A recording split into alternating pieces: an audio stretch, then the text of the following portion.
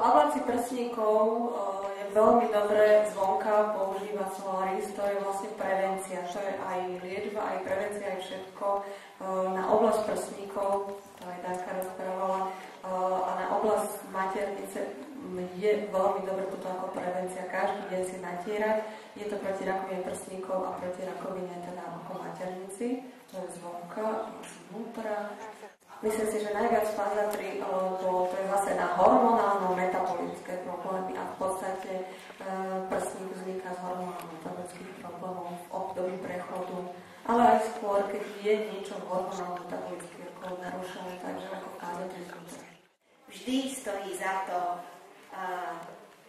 hľadať tých ranách. Proste zase, jak som hovorila, práva ľavá strana vzťahy, ako aj prsia vždy je o vzťahu, či už k matke, povedz ako keď sme boli dieťa, osalý prsník, alebo k partnerovi, k otcovi.